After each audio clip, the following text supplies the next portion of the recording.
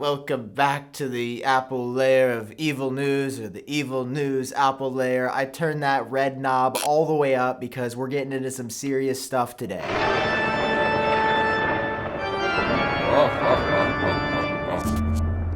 Yo, what's up guys? Sam Cole, it's your favorite Apple news boy, and let's start off with the first story today about Apple just surprise releasing the M2 MacBook Pro. Yeah, so the announcement isn't new. We got this at WWDC just about a week and a half ago, but when Apple announced it, they said it would not be available for some time until next month in July. See, it was supposed to come out with the M2 MacBook Air, but Apple this week was like, what if we didn't do that? What if we just release the new M2 MacBook Pro right now? So that's basically what they did. Orders start at 5 a.m. Pacific Standard Time this Friday, and then they actually ship out a week later. So pre-orders on the 17th are technically orders because they'll start shipping with them actually arriving on the 24th. Which can I say is sick? How often does Apple announce something and then release it early? This is a early July Christmas for me. I mean, I celebrate, half Christmas.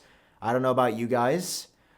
This is unrelated. I'm a single man, and Christmas this year is going to be about this M2 MacBook Pro. Now, why did Apple do this? I think it's because this is an existing design. There is nothing new aesthetically about this MacBook Pro. They even kept the touch bar, so slapping an M2 chip in here couldn't have been that challenging. But the M2 MacBook Air, which is completely redesigned, every single part of it is different. I think Apple is going to have a harder time. So I have a feeling we're probably not going to see that until the very end of July. And the first benchmarks from the M2 chip have already started to surface. The single core performance is faster than the M1, which is great. I've been wanting faster cores. That's up 12% essentially, with the multi-core performance up 20% over the base M1. So this chip is gonna be an absolute unit. So in the meantime, Apple had these ready and they said, why not just release these? So that's why the M2 MacBook Pro will be in our hands in just basically a week. I'm so excited. I can't wait. That computer,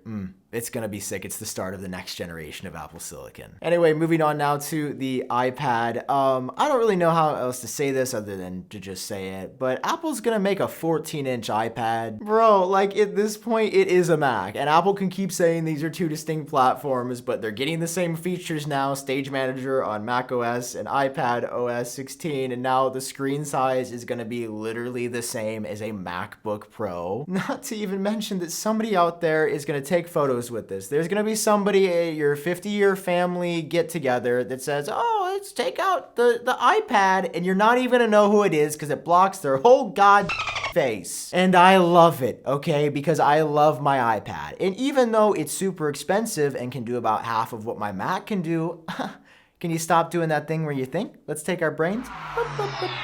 Brains have been shut off. You know what we need is 14 inches of mini LED ProMotion 120 Hertz, and I just want to slowly be absorbed into it. Because this iPad sounds so good, and I will gladly throw down just absolute Washingtons for this. I might even get Tubmans. I think that's a new person on the $20 bill. I'm going to throw down whatever it takes to get this iPad.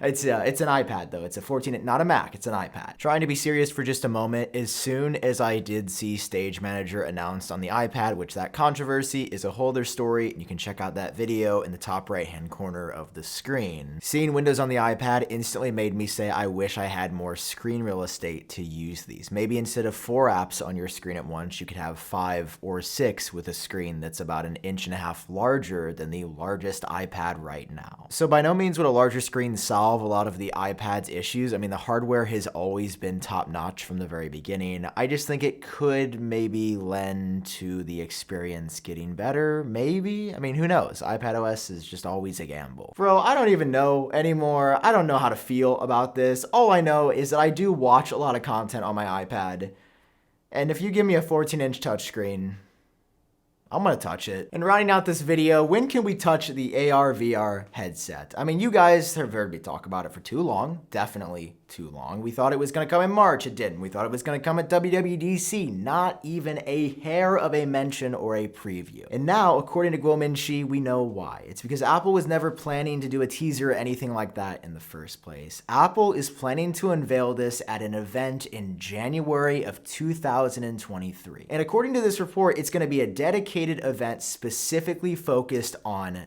this. And there's a full timeline here that's really interesting to get into, when it's going to be in stores, when developers get their hands on it. In Guo's latest tweets, he says, "I believe Apple's augmented reality / motion reality headset shipping date will postpone to the second quarter of 2023 versus the first quarter, as others had been reporting, because there's been some delays that have interrupted the development. When the engineering validation tests complete in the third quarter of this year, which is a key step to getting to mass production, the schedule is going to look like this. The media event is in January of next year." And boy, we haven't had a January event in some time, and that means that this is going to be something special. So you hear January and you're like, well, that doesn't make any sense because Apple doesn't ever hold events in January. But you have to remember what Apple's about to unveil here, which is their first major new product category, unlike anything we've gotten before since the Apple Watch. And this just lines up perfectly with the January events Apple has held historically. Yeah, we haven't gotten one for over 12 years, but the first was in January 2007 when we got the literal iPhone. The second followed the year after in 2008 with the MacBook Air. This is the famous moment when Jobs pulls it out of that manila envelope on stage. And then a couple of years later in 2010, in January again, we get a first look at the iPad, the first tablet that nobody had seen. So yeah, when I hear January event for an all new product like Apple's headset, that makes sense to me. Following the event in 2 to 4 weeks, developers are going to be able to get their hands on this, with pre-orders starting in the second quarter of 2023. And finally, we'll be able to get our hands on this ahead of WWDC. So it sounds like the latest this will be in stores is early June 2023, which